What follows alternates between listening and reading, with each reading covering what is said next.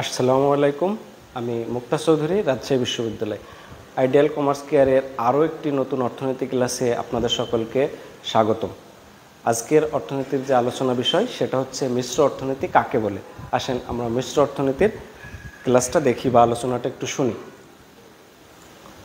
আমাদের যে অর্থনৈতিক ব্যবস্থা প্রচলিত আছে সেটা মূলত তিন প্রকার: মিশ্র, ধনতান্ত্রিক আর হচ্ছে সমাজতান্ত্রিক। সমাজতান্ত্রিকের বৈশিষ্ট্য আর ধনতন্ত্রের বৈশিষ্ট্য যদি আমরা দেখতে পারি, বুঝতে পারি, তাহলে মিশ্রটাও বুঝতে পারবো।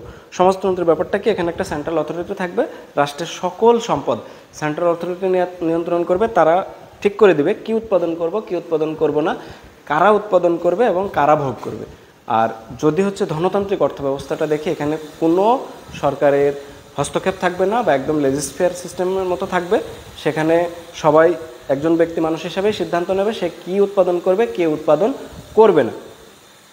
এখানে একদম ব্যক্তি স্বাতন্ত্র্যতা বোধ থাকে।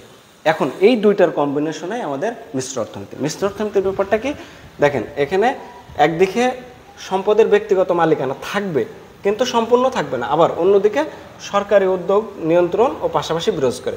তার মানে এই জায়গাটায় কি হচ্ছে, আপনার সম্পদের ব্যক্তিগত মালিকানা থাকবে কিন্তু আবার কি উৎপাদন করব, কতটুকু পরিমাণ করব, এটা আপনি সিদ্ধান্ত নিলেও কোনো কোনো ক্ষেত্রে দেখা যাচ্ছে গভর্নমেন্ট ইন্টারভেনশন থাকবে বা সরকারি নিয়ন্ত্রণ বিরাজ করবে। যেখানেই আপনার পাশাপাশি ব্যক্তিগত মালিকানা এবং গভর্নমেন্টের নিয়ন্ত্রণ বা সেন্ট্রাল অথরিটির আন্ডারে কন্ট্রোলে থাকবে, এই দুইটার যখন মিশ্রণ হবে সেটাই আসলে মিশ্র অর্থনীতি। এবার এই মিশ্র অর্থনীতির যে সংজ্ঞা সেটা দেখলাম, তা এটা হচ্ছে আরও কয়েকজন বিশিষ্ট বিজ্ঞানী তাদের মতো করে, অর্থনীতিবিদ তাদের মতো করে সংজ্ঞা দিয়েছেন। সংজ্ঞাটা দেখবো। আর আমি বারবার বলছি, যখন আমি কোনো বিজ্ঞানী বা কোনো অর্থনীতিবিদের বা কোনো সমাজবিজ্ঞানী নিজের মতো করে মতটা লিখবো, তখন চেষ্টা করব এটা হুবহু কপি করে লেখার বা হুবহু মুখস্থ করে লেখার, কোনো সময় নিজের মত প্রকাশ না করার।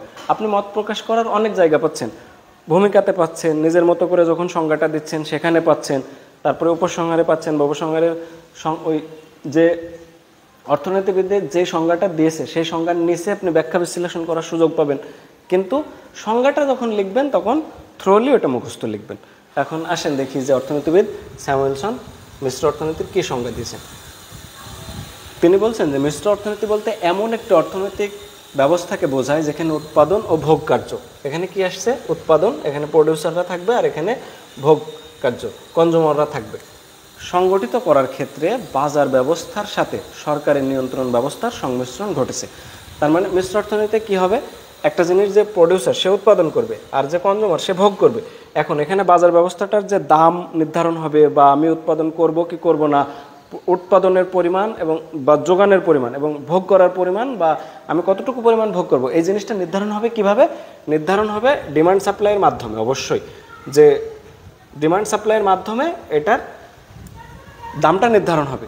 কিন্তু এই ক্ষেত্রে কী হবে, পাশাপাশি কি এই যে বাজার ব্যবস্থাটা থাকবে এখানে আবার পাশাপাশি কী হবে, সরকারি নিয়ন্ত্রণ ব্যবস্থার সংমিশ্রণ থাকবে, যে কোন দ্রব্য উৎপাদন করব, কোন দ্রব্য উৎপাদন করব না, কত দাম কেমন হবে, সর্বোচ্চ কত দাম নিতে পারবো, এখানে একটা সেন্ট্রাল অথরিটি থাকবে যারা এটা কন্ট্রোল করবে বা তাদের একটা নির্দিষ্ট পলিসি থাকবে, সেই পলিসির আন্ডারে সবাই থাকবে।